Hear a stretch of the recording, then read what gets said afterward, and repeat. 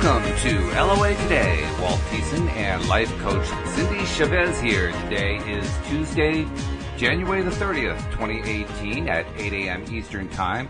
Your first daily dose of happy for the day. And we have snow on the ground here in Connecticut.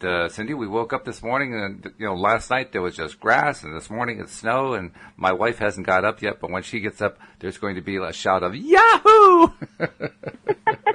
There'll be some celebrating going on, huh? Definitely some celebrating going on. In fact, I don't think there's going to be quite enough to satisfy her today. She wants to get some cross-country skiing and hasn't had much of a chance to do it this year. And I think she's looking forward to Friday because Friday apparently we're supposed to get about a half a foot. And so the skis are going to be coming out. Wow. How much snow do you need to be able to go cross-country skiing? Well, you need to have enough of a foundation that, when you're standing on your skis, you're not down to the ground, right? You have to have some snow underneath. So, 6 inches is probably good. 12 inches is going to be better if the trail is groomed. If it's not groomed, then you got to be really ready for a workout. And by groomed, I mean, it's already been skied over so that you don't have to be, you're stepping down with your ski and you're like 6 or 8 inches down into the snow. That's hard to ski in. Got it. Well, it'll be nice if the little bit that you got this morning stays around, right? And well, that's the question. That's the question because, the ground is frozen, so it's possible it could stay. But on the other hand, it just depends on how much sun we get between now and Friday because even in cold weather, sun will melt the snow. So, don't know. It could be either way. We'll find out. well, best wishes for her to have some really great skiing. But, actually, it's a good thing I don't have skis. I really do want to ski at some point, at least start skiing at some point. But I actually pulled a tendon or something in my knee, so it's probably a good idea for me not to be doing skiing right now. But, my wife would be very excited, that's for sure. So, how's it going for you? Anything great? Any wins happening down in Baton Rouge way? Anything that, exciting? Well, the big exciting thing for me today is that my son who lives in Dallas is coming into town, and I'm really excited about that. Hooray! And we've got crazy weather. It's in the 30s this morning, which is really cold for us. And then I looked at the weather app to see, okay, how long is this going to last? And the high on Thursday is showing in the 70s. So wow. It really feels like it's been up and down and up and down, and just kind of hard to get used to. I appreciate it to be a little bit warmer, but hey, it's all good. We're not having storms and floods and hurricanes, so I can get the cold weather. Yeah, that's a big win right there. Just that you've got a whole lot better weather than that. If all you have to worry about is the temperature swing, that's fairly mild by comparison. Right? To say the least, Oh my goodness. So anyway, we are going to be talking about a contributor to law of attraction thought, or what is often called new thought, that doesn't get as much attention as some of the other players in the industry get. But he made quite a few contributions much earlier on than many others were even involved in it. And he was both celebrated and pilloried, depending on who you listen to. But we thought it was about time we paid a little attention to him. And you're really the expert among all the co-hosts on Neville Goddard. So I'm going to let you introduce the topic and just kind of get us started. So, Cindie, tell us about Neville Goddard. Neville Goddard. Neville Goddard actually ended up using a pen name of just Neville. And Neville is one of my favorites. And I'm not sure I would consider myself an expert on Neville, but I really, really do enjoy his thoughts. And, it was funny earlier, you were saying Neville's greatest hits, and I made the comment that I'm not going to say Neville was a one-hit wonder. That may really get me in trouble, too, with people who are big Neville fans. Yeah. But I'm a big fan, and it's not that I think he's a one-hit wonder, but we tell a story about Esther Hicks and giving Abraham's message, and they have live workshops where people will come and put themselves in the hot seat. Actually, everybody always wants to get chosen, I think, to be, to get in the hot seat with Esther and Abraham and to get to ask their question. And right. I think, Walt, you told me the story that a woman was kind of having trouble formulating how to ask her question. She said, I'm just having trouble kind of putting this together and know how to ask my question or what to ask. And that Esther said, well, or Abraham, channeled through Esther, said, we're going to give you the same answer no matter what you ask anyway.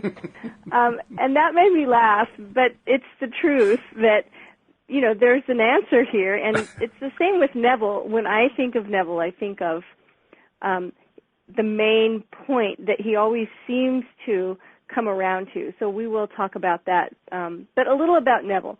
Neville was, he came to the United States from Barbados in the 1920s. He was actually an actor and a professional dancer, and he was coming to the United States, to New York, for training, for acting school. And at some point, he met a Scotsman who gave him some books on metaphysical things, and he got very interested in those ideas. And then there's somebody in his writings that he met that was an Ethiopian Jew named Abdullah. I often wonder if that's why Neville went to one name, Neville. This guy had that could be a singular name, and he was very, very key in Neville's teachings as far as what he learned. And so he said that the first night that he met him, and we talked last week about favorite coaching questions. The first night he met Abdullah said, "What do you want?" One of my favorite questions. And he wanted to go back to Barbados to visit his family, but he was completely broke. He had no money at all. He says, "I didn't even have a nickel."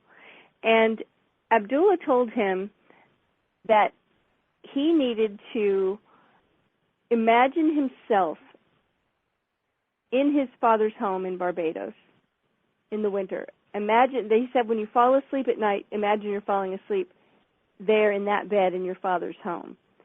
And don't think about that place that you want to go, but think from that place. Imagine that you are already there and that all your thoughts are coming from that place. And he says that within days, his brother sent him a message and a ticket saying, "Please come home for the winter. We want you here. We miss you. Here's your ticket." Wow. And so that idea of, as a matter of fact, one of my favorite compilations of Neville's is a book called The Power of Imagination, but he's also got a book, Awakened Imagination. I mean, this is his message. His message is to assume the feeling of the wish fulfilled. Just like Abdullah said to him, imagine yourself that you're already there, not thinking from here that you wish to go there, but thinking from that place of already being there. And so using your imagination to assume the feeling that your wish is already fulfilled. And that phrase, assume the feeling of your wish fulfilled, is scattered all through Neville's writings. And so for me, that's sort of his big hit, was that idea, that everything always came back to that idea of assuming the feeling of the wish fulfilled by using your imagination, by understanding how the imagination works. And he talks, in one of his books, he says something that always struck me as kind of funny, is he talks about the imagination and how we speak of it in a way that we don't have a clear definition.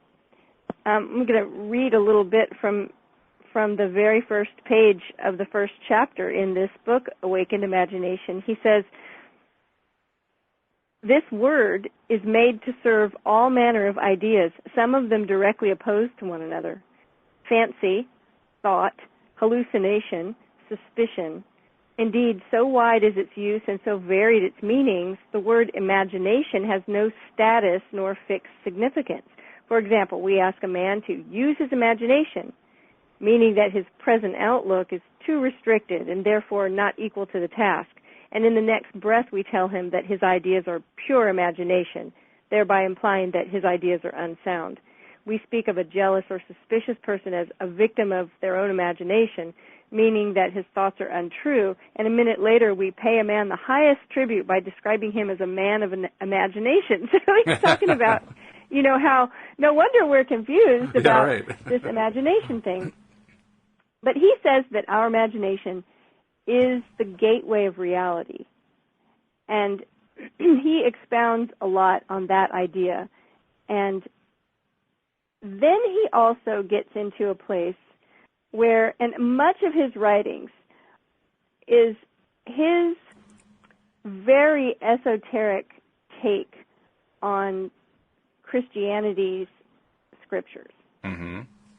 And so when reading him, there are going to be, especially in certain of his lectures and essays and his books, which are often small, like this one book I have in my hand is less than 100 pages. But he talks about, there's a scripture about Christ in you, the hope of glory. He says Christ in you is your imagination. So he has a very esoteric, idea of all the scriptures. He does not believe that Christ was a historical figure, but that it's all a metaphor and it's all got a meaning that is invisible, so to speak. And so that's interesting. I didn't realize that. I didn't realize he thought that. I can understand how some people would have a very hard time reading him, maybe depending on their own views about religion. Mm-hmm. Or about the Christian religion. Right. And so moving past that and just looking to what he's saying is how I dealt with that in the beginning. But I love the ideas that he has. I was going to, let's see. And while you're looking for that, I just wanted to mention that he was basically doing most of his writing, particularly toward the end of a very major domination of American society and American culture by Christianity and the Christian church. Because he was writing in the 1950s and, of course, 1960s. That's when all kinds of social change started to happen, including within religion, and churches began what has since been a long, slow decline in attendance and membership. So he was writing just as that was starting to come into the picture, so to speak. It hadn't actually arrived, and he wrote through the period where it kind of picked up speed. So you're right, there are going to be different people who have different feelings about it. Some are going to be offended that he had these things to say about their religion, which isn't true in their view, and others are going to say, well, I was never really a Christian anyway, and I don't even want to hear about all that, and then there's going to be the people in the middle. So he touched that third rail a little bit, which is a little bit dangerous. You're going to offend a lot of people on all sides when you do it. So I have to give him credit for having at least attempted to do that. Right, because I think there will be people that are very sure of their own understanding of the Christian scriptures, right? Mm-hmm. That will say, oh, I'm not listening to this. This is ridiculous. This is heresy. And then there will be people that are totally open to anything metaphysical, and they don't want to read it because they're like, oh, no, I don't do that. That sounds like church, and I'm not involved in that. Yep. And so, yeah, you're right. He's kind of gone the middle path there. But one of the things that I thought was really interesting, and that's what I was looking for, was that, and I remember there was a time about a year ago that this is how I am with Neville. Neville's like a friend, and so I realized, I haven't talked to Neville in a while. And, of course, since Neville's not with us anymore, I just mean I haven't had my nose in one of his books in a while. Right. And that's kind of how Neville and I get along, is that, I'll realize I'm kind of missing reading Neville, and I'll kind of sink in and read a bunch of it over the course of a few days, and then I might not pick it up for a while. But I had been thinking about Neville, and I'd been thinking about, he has a book called Feeling is the Secret, and so you see what I mean? And feeling is the secret. So that's kind of his great message, is to use your imagination to feel what you want already present. And I opened his book and I realized there was a chapter called Sleep. And in this chapter, he describes sleep as being the door to our subconscious. He talks about he likens the subconscious to the feminine aspect of us and the womb of creation. And he says that our entire slumber is dominated by our last waking concept of self. Okay. So this is a message that I'm fond of and familiar of, is that, and you'll hear me talk about it, right? It's like the story we tell, our own personal story that we tell about ourselves, that we tell all the time. So with him saying, our sleeping period is dominated by our last waking concept of self, and that our concept of ourself is like a seed that's planted in our subconscious at the moment before what we're creating or manifesting in our waking life. And so the thing that I think is so interesting about that is that idea of, you'll even see this with people that recommend affirmations. Oftentimes you'll see them recommending that you say your affirmations when you wake up and when you go to sleep. That's true. And it's that sort of liminal space that's in between asleep and awake, that our brain waves are in a certain pattern that's conducive to conscious creation. And so I think that was very, very interesting with that, idea that as we're falling asleep, whatever our last, consciousness, our concept of ourself is like a seed that's going to be creating, right? And so when this happened, I had written it down because I was really struck by that idea of falling asleep and that the whole seed concept and that womb of creation. And I also really am a big fan of Florence Scovel Shinn. So I had picked up one of Florence's book and just opened it and just read a line, and it said this. It said, "What you feel deeply or say with feeling is impressed upon the subconscious and carried out in the minutest detail." So I read that sentence while I was like pondering this idea of Neville's of as you fall asleep, and it hit me. It's like, oh my goodness, if we ever have a sleepless night where we're lying awake at night because we're worried about something, Yep. I was like, if the thoughts that we have when we're falling asleep are the seeds that will grow into the experiences we have in our waking life, then boy, oh boy, what are we creating when we worry ourselves to sleep? This is true, yeah. It also occurs to me that, he isn't actually saying what happens during sleep specifically. He's talking about before and after. So I'm not quite sure how accurate what I'm about to say really is.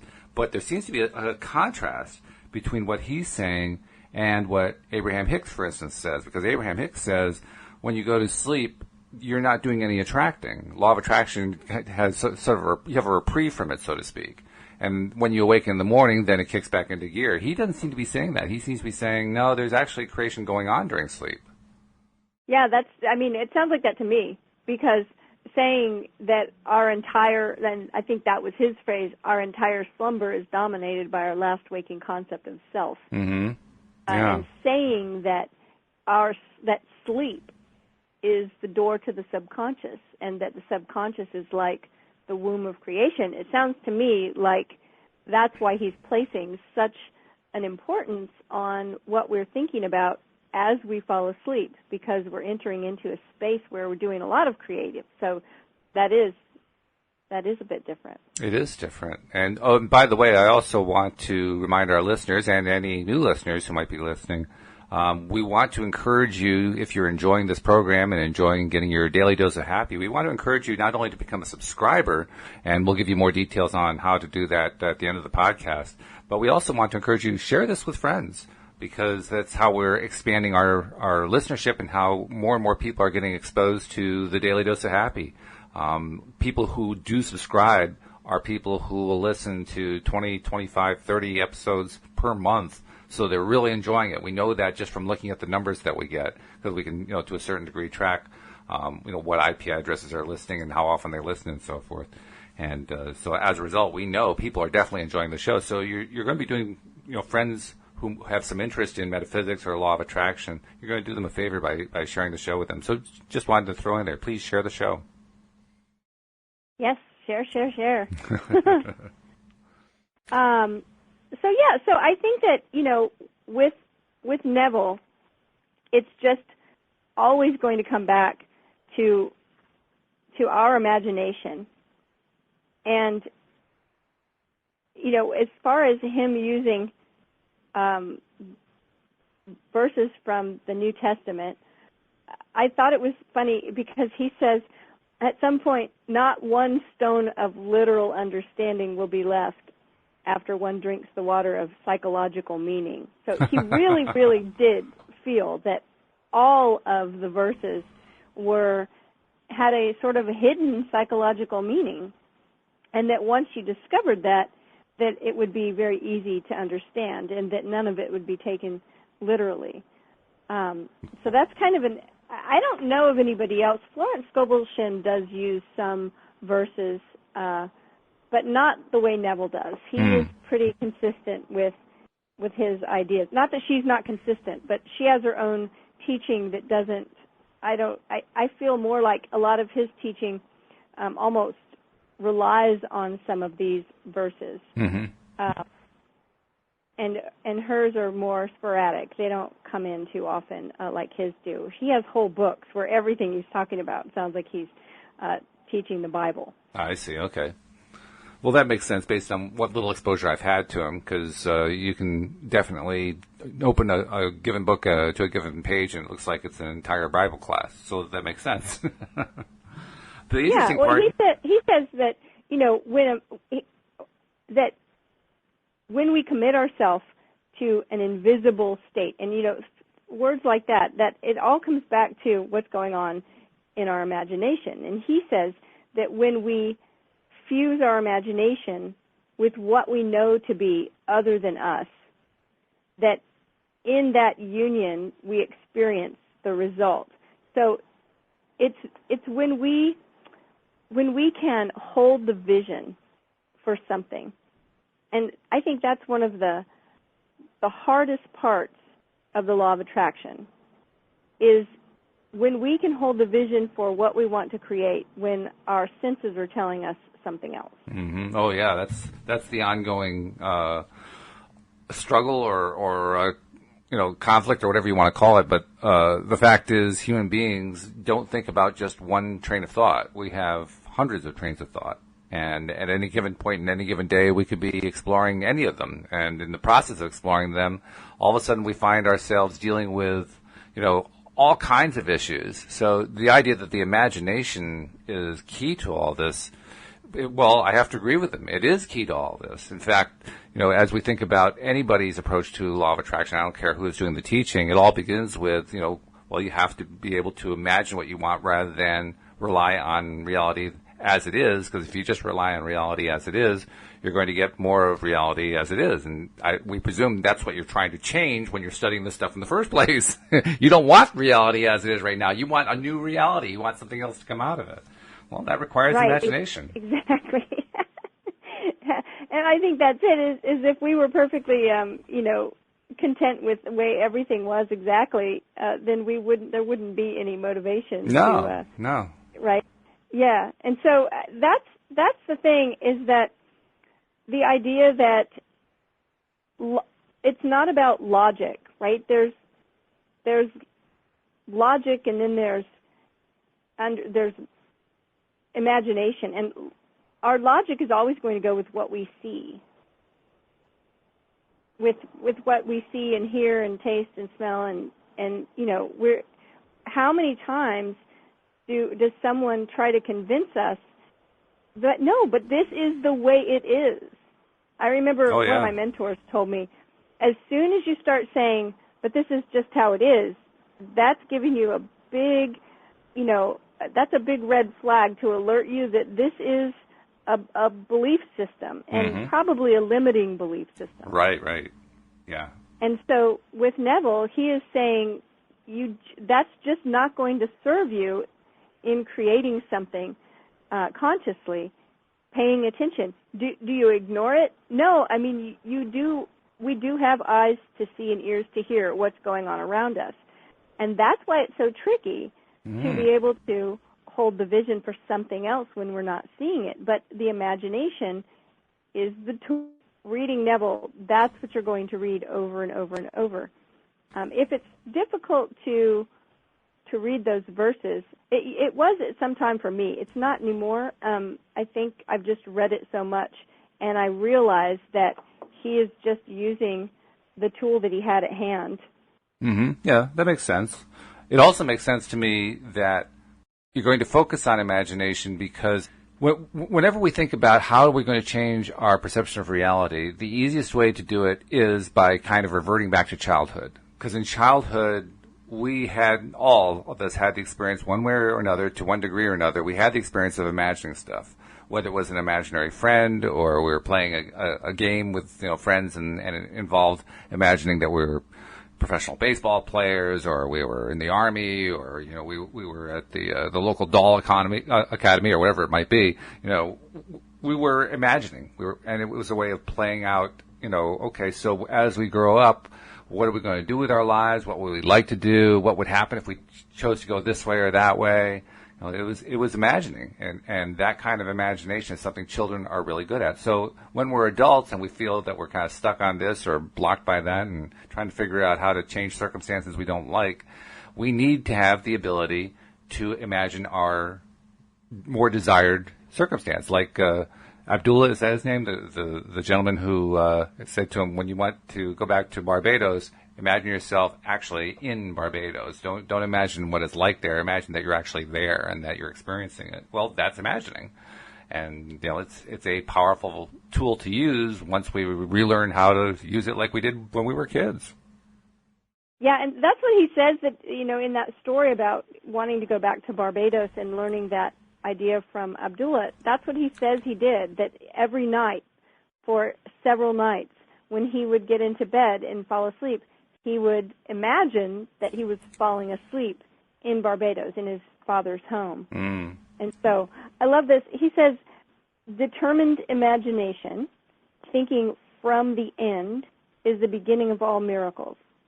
I would like to give you an immense belief in miracles, but a miracle is only the name given by those who have no knowledge of the power and function of the imagination to the works of imagination. Imagining oneself into the feeling of the wish fulfilled is the means by which a new state is entered.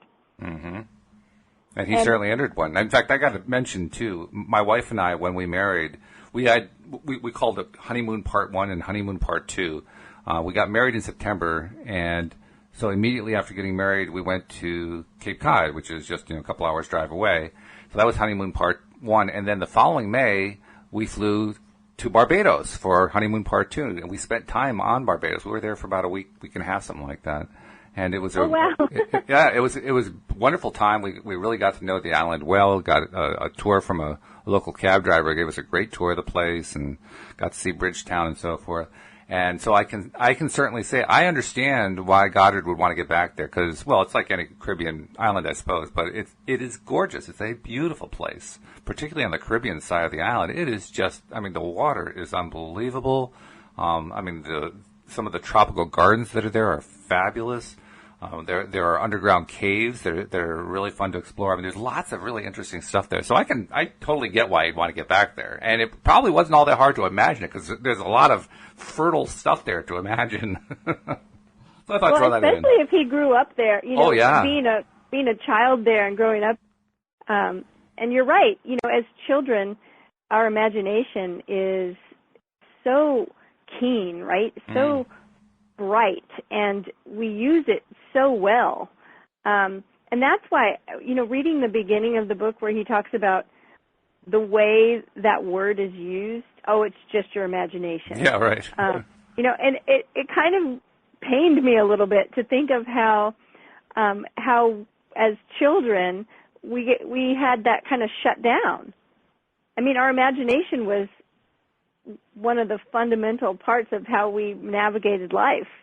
And obviously, that's how we were made. Like, we came into this life with that tool and that ability to use it, and we were good at it. And then people would say, "Oh, that's silly. You're just imagining things." Yes, right. Like, oh, yeah. you kind of got it shut down, and that's kind of a drag that. In fact, one happened. message I remember getting, not so much for myself, but I remember friends getting it because I didn't really have an imaginary friend, but I had friends who had imaginary friends, and the response from an adult was always, "Oh, that's just his imaginary friend. Like, that doesn't really matter much." And, boy, what a message to get as a kid. Like, your imagination isn't all that important. I really think that we do get that message a lot as kids. And of course, now that I'm not a kid anymore and that I have kids of my own, I'm always like, oh, gosh, I hope I didn't shut people down when we were kids, right? But, we're all doing the best we can at any given time, Absolutely. Right? Oh, yeah. Yeah. So that, I really think that Neville delves into, some practical ways, but mostly it's just going to come back to that. It's going to come back to, it's almost to me like a meditation, that you learn how to bring yourself back into holding that vision. I think that being able to hold a vision is probably one of the most important things we learn as conscious creators. I agree. And because, I'm making air quotes, right? The reality is always in our head, but the reality, when people say, well, the reality is, I don't have the money, or the reality is I am single and I don't have a relationship, or whatever it is they want to correct. And it's learning how to place ourselves in that vision and think from there. It takes practice. It doesn't just, I think it came easier to Neville when I read his story about first learning about it. But I think I don't want to use the term beginner's luck, but I do want to say that sometimes we learn an idea and we just do it without questioning it too much. And when I read the story of Neville hearing about, saying, what do you want? Oh, I really want to go home. I'm homesick. Okay, well, I'll tell you, this is what you do. When you go to sleep tonight, I want you to just pretend that you're already there. Just imagine, think from that place. Okay. It's not too much overthinking of it, right? Right.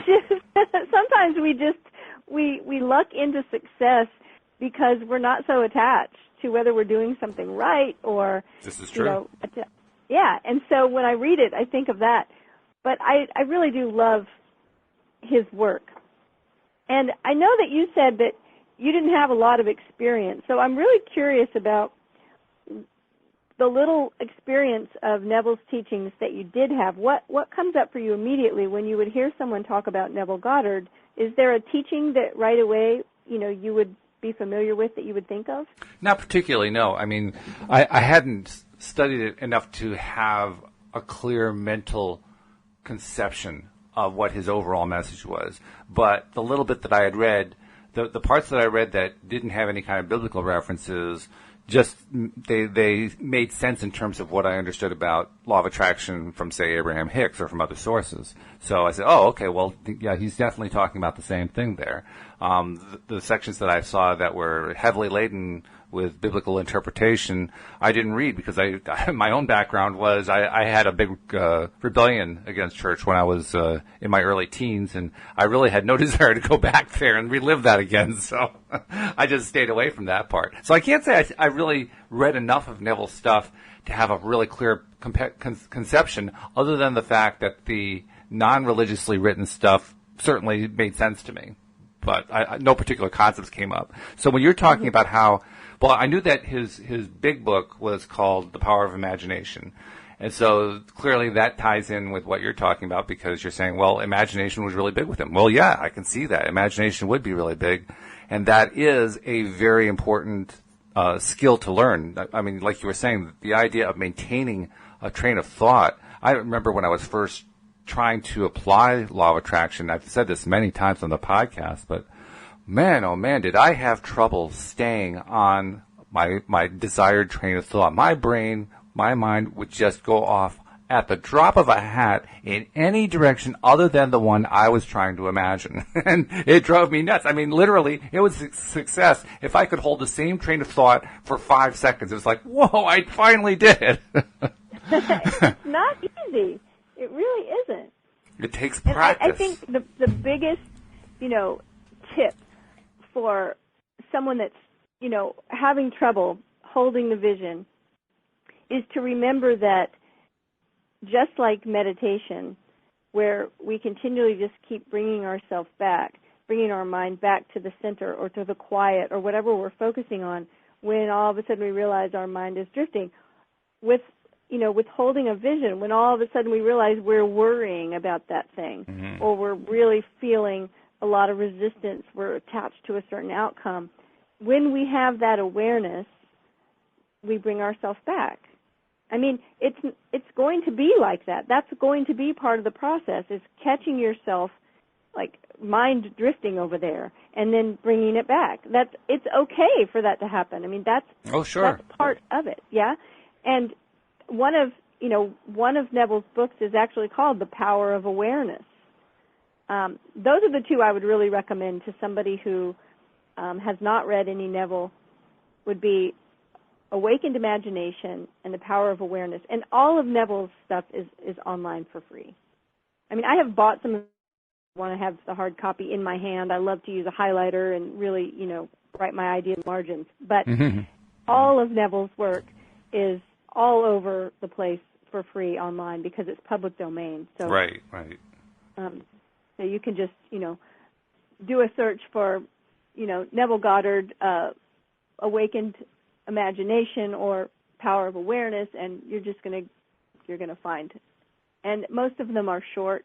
As a matter of fact, the big book that I have that's called The Power of Imagination, it's just a compilation of smaller books. Yeah. Mm-hmm. So there is no, book that's, huge. I think, and a lot of his lectures are online as well. Like you said, I'm trying to remember where he used to teach, because for years he taught at the same place, and it could have been a church or a civic kind of auditorium. But when you were talking about what was going on with the church at that time, and things changing, it reminded me of, I was like, well, kind of what he did, it may have even been in a church, but he had like a lecture that happened on a certain night at a certain time, just the way someone would go to church, like they go every Wednesday night or every Sunday morning or whatever. Right. He had his thing, and it was a regular, thing that he taught and spoke at the same place. So it's almost like there was sort of a, Church of Neville, right? I mean, people were going to hear his lectures, and they happened at the same date and time every week or whatever. I do know that for iPhone users who are interested in hearing his lectures, you can actually find them in the iTunes store, and there are literally hours and hours and hours and hours of him talking. Wow. Now, I have to give you a little heads up, and that is he's not the most dynamic speaker. He does tend to talk a bit in a monotone, so you might want to be lying down ready to go to sleep just in case.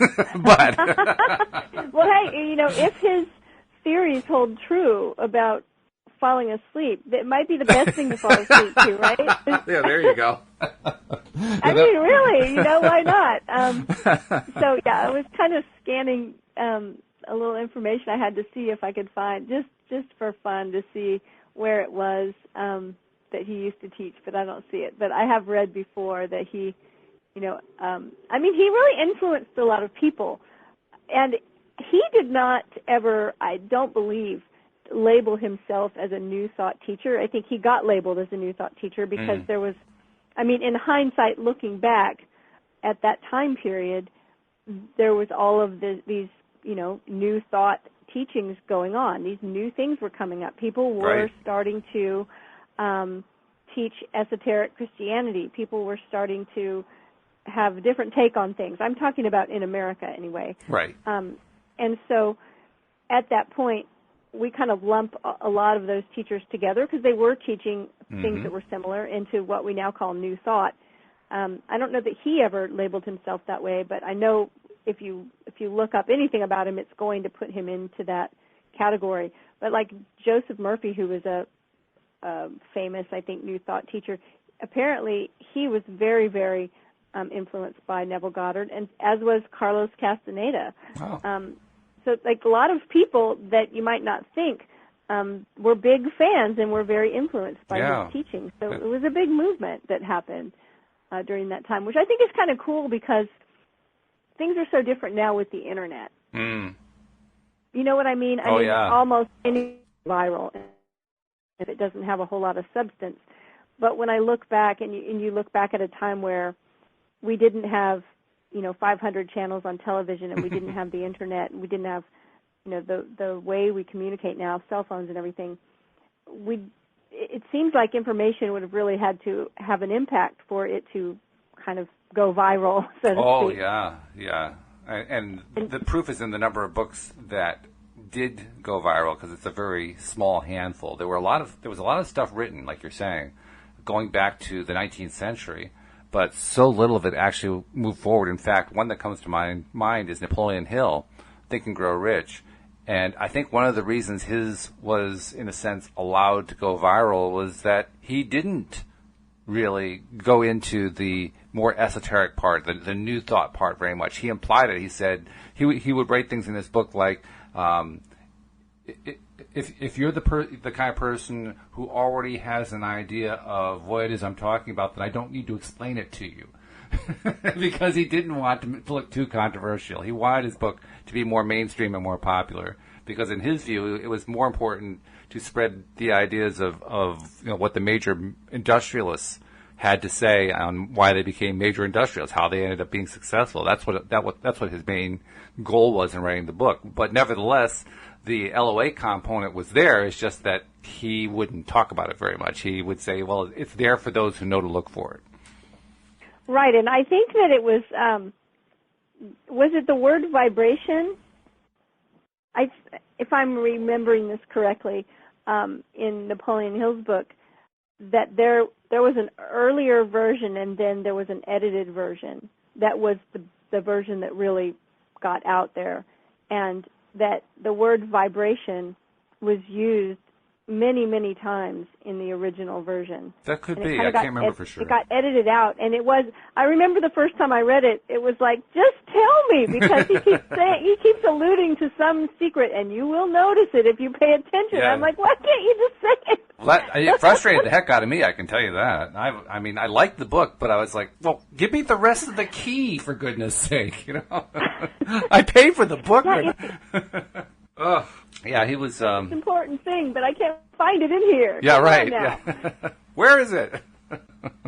So I think that's interesting that you bring that up, because there's that one. There's is it How to Win Friends and Influence People? Dale Carnegie, yeah. But there really were only a handful that really became huge, I guess bestsellers. I don't even know if that was a term used then. But yeah, so I think that, and I have no idea, not knowing of Neville until, maybe the past 15 years, like what was it like before? How much was there just a big resurgence of his work after the Internet, where it's actually kind of spread out more and more and more? Were the people that were really, into Neville back then when he was still teaching? He died in the early 70s, I believe. So was it all word of mouth? Yeah, he died in 1972. So he was speaking in Los Angeles, in the decades before that, and in New York. Was it only people that was it just word of mouth? I'm curious about that. I would think so. I mean, I certainly had not heard of Neville Goddard before I became aware of the law of attraction, and that was just 10, 11 years ago, something like that. So I know in my own case, I had no idea who Neville Goddard was. I'd never heard the name before. So I imagine, it's without an Internet, without having, the widespread benefit of being on a bestseller list, and yes, bestseller lists did exist then, I would think he was probably regional in his popularity, and maybe even local regional, so that only a certain segment of the community knew about him, and it was probably the same kind of regional attention that would say go to, let's see, I'm trying to get an example off the top of my head, and I'm not finding something quickly, but or maybe not even regional, like completely different genre, having nothing to do with New Thought. Ayn Rand had her own little circle of people. It was a conservative thing, and if you didn't know who Ayn Rand was, you didn't know who Ayn Rand was. You had no idea. You might have heard her name because she had a popular novel that sold well, but that was about it. So yeah, it was probably very localized, I would think. And then my guess is that with the popularity of Law of Attraction, with the movie The Secret, with Abraham Hicks, with all of that, and the powerful engine of social media and the internet, that Neville just got swept up in all of that and kind of had a resurgence of popularity. I mean, that's my guess. There were a number of people, though, who were involved. You mentioned Dale Carnegie. He was certainly alive around the same time, maybe a little bit earlier than Neville, but they were definitely alive at the same time period. Norman Vincent Peale, The Power of Positive Thinking, that was a huge book in the 1950s. And it makes me wonder, did these people know each other? Had they met? Had they conversed? Had they shared ideas? Because there was a lot of similarity between what each of them were saying. They each had different topics. They each had different approaches, but the similarities were pretty clear. So I'm just curious if they ever talked. They did have in the later time period, they did have television and radio. Yep. And so I know they had radio shows, so I'm sure they were finding each other and hearing each other's message that way, and that's why there's so many people in the New Thought movement who claim that Neville affected their own belief system and their own teachings. So I definitely would say it's worth picking up, and I've got the copy of Awakened Imagination here in my lap, and it's a small book with big margins and less than 100 pages. Yeah, that caught my attention about him too, because while I haven't really read any of his stuff cover to cover, I was kind of surprised at how short the books are. They aren't like 300-page tomes. They're pretty short. Yeah, and so that's what I'm saying is it's not, if it's something that doesn't appeal to you, you haven't wasted, lots and lots of time trying to move yourself through the book. There's definitely something that can be read in a short period of time. And so I highly recommend Neville. He may or may not be your cup of tea, but he's definitely worth looking into because he has some powerful things to say. I think his voice is an important voice in the I'm here. Oh, there you are. Oh, your voice disappeared. I wondered what happened. I did hear a break as well and thought maybe we just got dropped for a second. Yeah, that could be. We've had a few drops, but that one was very prolonged, and I wasn't sure what to make of it. But finishing your thought, yes, I think the thing about Neville is he's somebody who a number of people take very, very seriously. I've even seen him referred to as the prophet Neville Goddard. There are some people who are almost religious in their following of him, which I guess could also be said about others like Abraham Hicks or The Secret or whatever. But the supporters and the advocates of what Goddard has to say they're quite vehement in their support of him, and some of them to the point of even exclusion. I saw one person who said who started a group on Facebook. It was a Neville Goddard group, and in the introduction to the group, he said, "We don't welcome anyone who likes to get their information from channeled beings." Oh wow! Clear shot. I was gonna say that it's interesting that some people may give more weight to a message because it's being channeled, and other people may not want to listen to the message because it's being channeled. Oh yeah. And kind of the same thing with Neville. Some people may give more weight to his message because, some people say he's a prophet and he quotes these verses. And then other people may be like, yeah, that's not my cup of tea. I try to look at everything as, does the message stand on its own? It doesn't really, I don't really care that Abraham Hicks's message is channeled. It doesn't give it more weight for me. I just want to know what the message is, and then does that message resonate with me as having value. Right. Oh, yeah. And I think that's interesting. Like, we don't welcome people who hear messages. I thought that was pretty wild. I understand where someone could have that viewpoint of, that's not for me, right? Yep. So, but I just like to say that, any information that we hear, wherever it comes from, does the message stand on its own? That's what Joel and I used to talk about quite a lot when we talked about Abraham Hicks materials, that it doesn't really matter whether you believe in the channeled part of it. If you want to believe that Esther Hicks went and dug up an old tablet in the mountainside, that's fine. It doesn't make any difference. What matters is the message any good? Just does it, like you say, does it stand on its own? And for me, when I read the Hicks materials, it does stand on its own. I don't care that it came from a channeled source. Personally, I actually like the channeled source, but whether I like it or not is irrelevant. The material is good. It's really good. It's more meaningful and more accurate, in my view, than anything else I've ever read.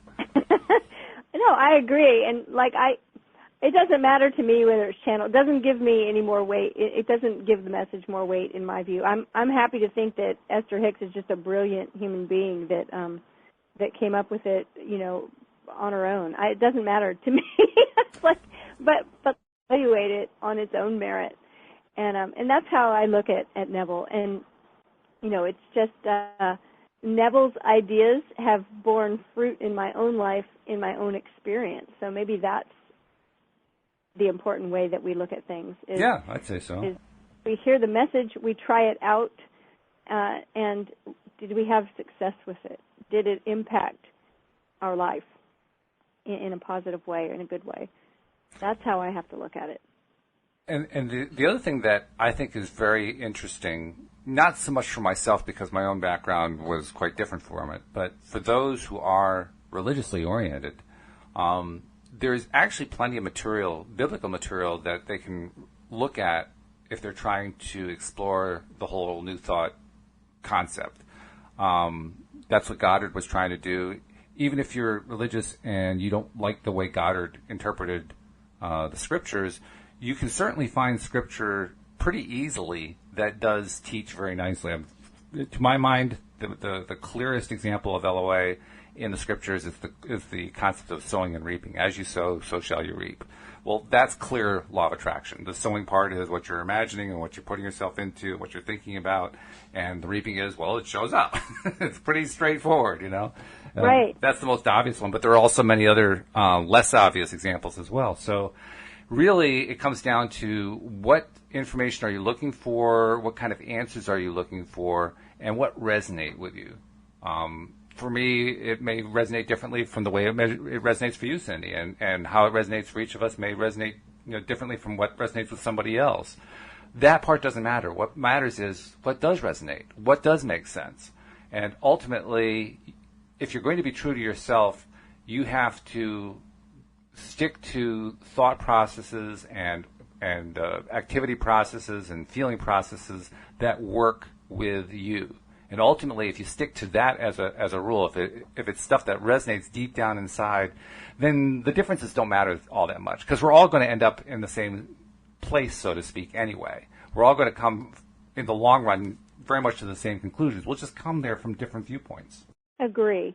And so that's why it's important to find, teachers that feel true when you're looking at them and that don't, cause a lot of resistance. We're trying to release the resistance. We're trying to have less resistance. So finding teachers that appeal to you, and it may just be the way they write, their writing style, their speaking style, the stories they use are easy for you to understand. I mean, it can be really simple, but whether you enjoy reading something or not. And since we're always going for the better thought, there are some people that I know their writing is brilliant, and when I read it, I struggle through it. Mm-hmm. And I know I had one teacher that I just loved the way he wrote, but when any time I would read it to a friend of mine, she'd say, I can't understand a thing he's saying. It seems clear as day to me, right? So everybody's going to accept it a little different. But I was looking at something, because I made a mark here last night. I wanted to bring this up. So talking about that story that we always tell, right? He talks about, inner listening. Mm-hmm. And I love this so much. He says, make your inner conversation match your fulfilled desire. What you desire to hear without, you must hear within. Embrace the without within and become one who hears only that which implies the fulfillment of his desire, and all the external happenings in the world will become a bridge leading to the objective realization of your desire. Your inner speech is perpetually written all around you in happenings. Learn to relate these happenings to your inner speech, and you will become self-taught. By inner speech is meant those mental conversations which you carry on with yourself. They may be inaudible when you're awake because of the noise and distraction of the outer world of becoming, but they're quite audible in deep meditation and in dream. But whether they're audible or inaudible, you are their author, and you fashion your world in their likeness. I love that so much. Yeah, that's because nice. Because we're always, we might not have a lot of mental chatter, or we may go through times when we have a little too much mental chatter, but we're always carrying on some kind of story and conversation with ourselves. Yeah, right. And it's one of the things that I teach in some of my workshops is if you want to know what you're believing and what your mental conversation is and what your story is about yourself, just look around. Just see what's being created. See what's going on. There it is. Yeah. And I love the way he says, your inner speech is perpetually written all around you in happenings. That's probably the hardest part of all. It's a wonderful thing to know we can change it. Yeah. When we're first confronted with this idea of the new thought or the law of attraction or whatever, that's probably the hardest part of all. Deciding, do I see a correlation? Do I see a correlation between what's been going on in my mind and what's going on outside? If I don't see a correlation, I'm going to have a hard time buying into it. But if I see a correlation, if I start noticing correlation, then I'm going to be more open to it. And you mentioned, authors and so forth that can give us trouble and you have a hard time getting through it. One of the books that was actually by far the hardest one for me, and I couldn't even finish it, was the book The Course in Miracles. All that book ever did for me was give me a royal migraine headache. I mean, literally, there was nothing about that book I liked. My brother loved it. My brother thought it was great. I was practically throwing up. I mean, two brothers, two entirely different reactions to it. The point being that if you're reading about something, if you're getting ideas from a source and that source isn't working for you, just change sources. The concept, the question that's really important is there a relationship between what you think and what happens in the real world? That's the real question. And if you have noticed enough going on in your life that says there is a correlation, that's the reason to be reading any of these teachers, including Neville Goddard. Exactly. Well said. And I think that, sometimes people get defensive because they don't like what's going on in their life. They're like, I didn't create all of this, right?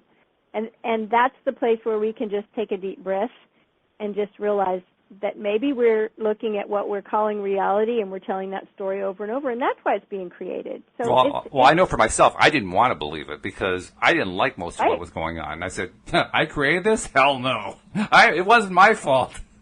Right, exactly. I know I've been trying to change it. That's right, yeah. How dare you accuse me of this? We start seeing that we step into the power of responsibility and recognize, okay, I think I had something to do with it. And like so many people, I think I attributed a lot of blame to it. Like, oh no, if I admit that I had something to do with it, I'm blaming myself for it. And of course the blame thing really gets in the way because it really isn't accurate. But that was part of the feeling. The feeling that, I'm not to blame for this. I didn't do this. I didn't create this crazy mess that's here. That was the way I felt, Anyway, we are nearly out of time. I wanted to take a moment to say, if you haven't subscribed to the podcast, please do so. I'll give you the quick scenario. Step one, you can do it through the website, loatoday.net. There are subscribe buttons all over the place. Number two, on an iPhone, you can do it through the iTunes store. Just search on LOA Today. Click on it, subscribe, boom, you're done. On Android, it's a little bit more complex. So if you have like a Samsung or a Motorola or an LG or a Nokia or whatever, you have to get some software installed that can handle podcasts. Best place to do that is in the Play Store. Just download like Podcast Manager. It's a nice free app. Load that in, then use that to do the search for LOA Today, and you'll get in. And Cindie, somebody wants some coaching. How do they get some assistance from you? Because you're a great coach. Oh, they can find me online at cindiechavez.com, CINDIECHAVEZ.com. Come find me. Fantastic. Thanks for giving us the tutorial on Neville Goddard, too. We appreciate that. Oh, you're welcome. All right. And thanks for listening. Yeah, we'll see you all next time here on LOA Today. Goodbye, everybody. Bye-bye.